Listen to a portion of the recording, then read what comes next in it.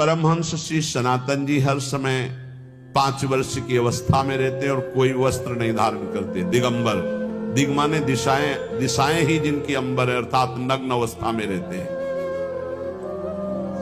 ये वर्णन करते हैं कि एकादशी व्रत को हरितोष व्रत कहते हैं। भगवान की प्रसन्नता के लिए, हरिजू की प्रसन्नता के लिए एकादशी व्रत रहा जाता है। प्रायः समस्त वैष्णव जन रहते हैं।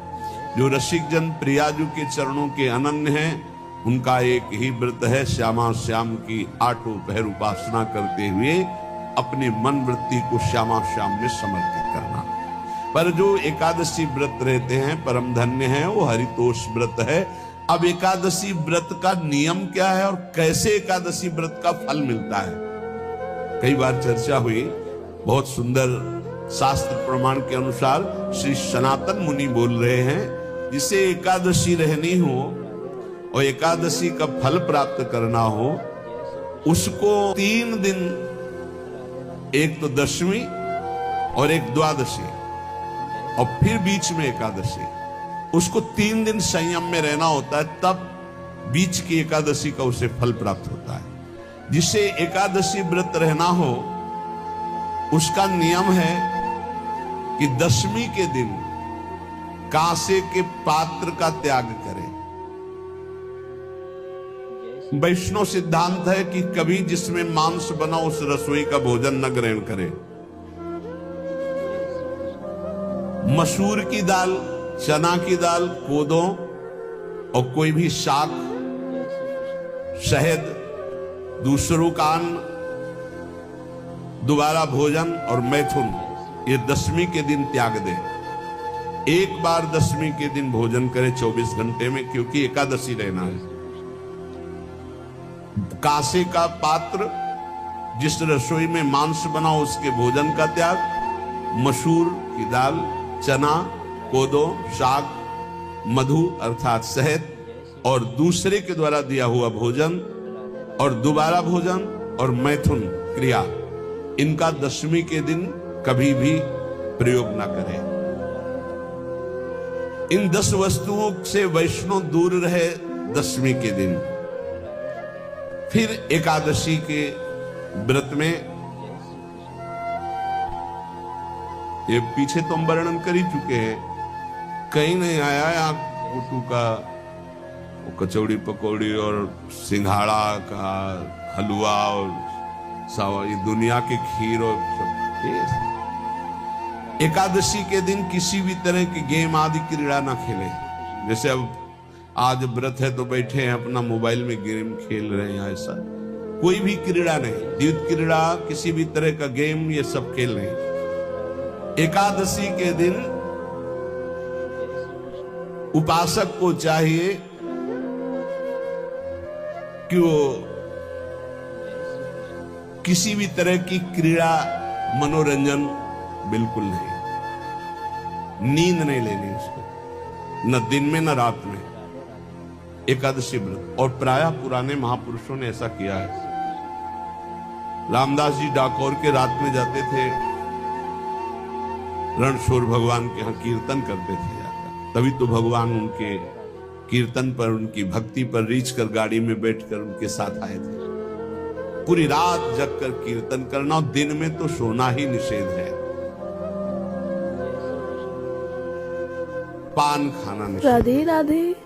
एकादशी को बिल्कुल नहीं। जो व्रत रह रहे, वृक्ष से तोड़कर जो दतून की जाती एकादशी के दिन है। दूसरे की निंदा करना, चर्चा करना नहीं, अर्थात अधिकतर मौन व्रत धारण करे एकादशी के दिन। चुगली करना, कोई चोरी करना, वाणी से, शरीर से, मन से किसी को दुख पहुंचाना, भोग करना, मैथुन करना,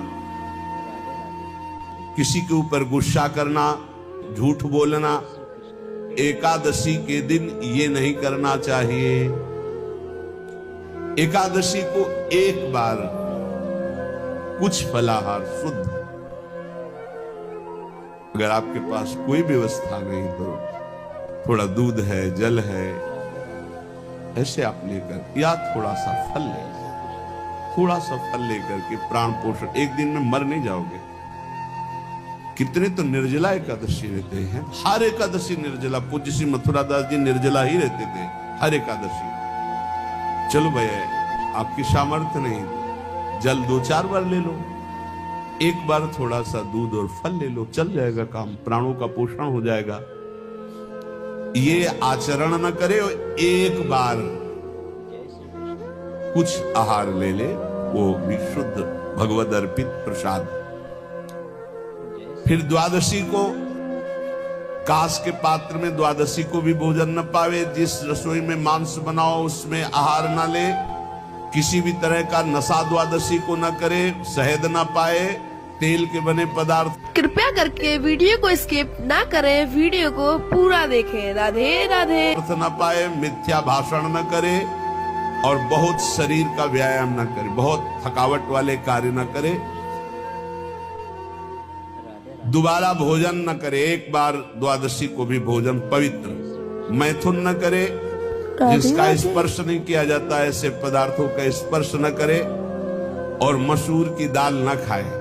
द्वादशी को जो इन नियमों का पालन करता है, दशमी द्वादशी ऐसे और एकादशी ऐसे, तब उसे एकादशी व्रत का फल प्राप्त होता है।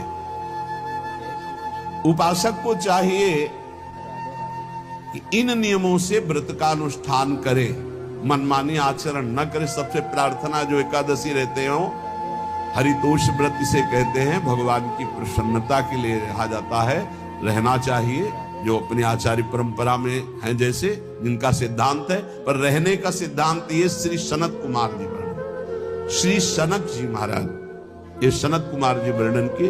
सनक जी महाराज कह रहे हैं, यदि भगवान का आश्रय नहीं, सत्संग नहीं है, तो इन 4 में से एक हो तो नाश कर देता, फिर चारों हो तो सर्वनाश हो जाता है। यदि सत्संग नहीं है, यदि भगवद आश्रय नहीं है, खूब धन हो, जवान अवस्था हो, बढ़िया पद मिला हो, प्रभुत्व चलता हो और अज्ञान हो, फिर क्या कह रहा है? बोले ये चारों जहां मौजूद होते हैं वहां सर्वनाश का खेल शुरू हो जाता है। अगर इनमें से एक हो तो सर्वनाश करने में पर्याप्त है, और अगर चारों हो तो फिर क्या कहना है? जवान हो, खूब रुपया पैसा हो, कोई पद हो, कोई अधिकार हो बड़ा, फिर और अज्ञानी हो, तो बोले एक नाश कर देगा, फिर चारों तो नाश ही